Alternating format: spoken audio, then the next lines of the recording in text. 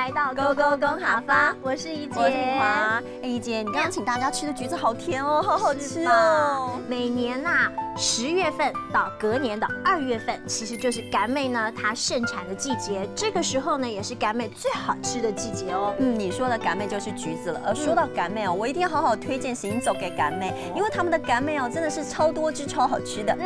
行走就是新竹的意思。的确哦，放假日的时候带着孩子一块去果园体验采果乐是非常棒的。采甘妹不但很有趣哦，而且小朋友也可以体验一下农家乐。说到了果园，果园要怎么说呢？果园应该要说的是够眼。够眼就是果园了，没错。那如果我们今天要教大家呢，新竹冬天盛产橘子，要怎么说呢？这句话应该要教给大家的是：行走寒天太出甘妹，行走寒天太出甘妹。今天勾勾公好发，赶紧带大家来吃这当令的水果甘妹。欢迎来到俺新竹的果园哈，你啊摘甘唔当简单哈，来示范本来。也太敢看哈，看到种子的哈，就要剪下来，剪下来直接做个小架下本件。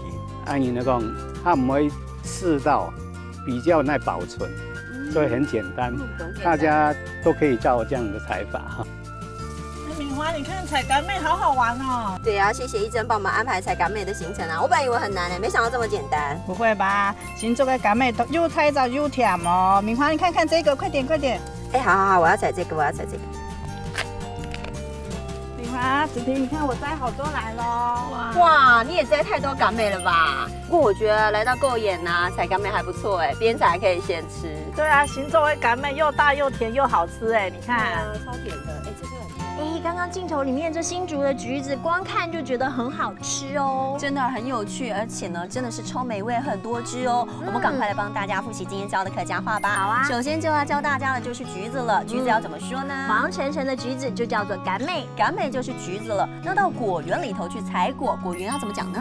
果园的客家话叫做够眼，够眼就是果园了。那如果说新竹盛产橘子，新竹要怎么讲呢？新竹就叫做行走，行走就是新竹了。那如果我们要教大家新竹冬天盛产橘子，这句话怎么说呢？这句话应该要教给大家的是：行走寒天太出甘妹，行走寒天太出甘妹。今天看勾勾公好发，带大家吃好吃的甘妹，我们下次见，下次见，拜拜。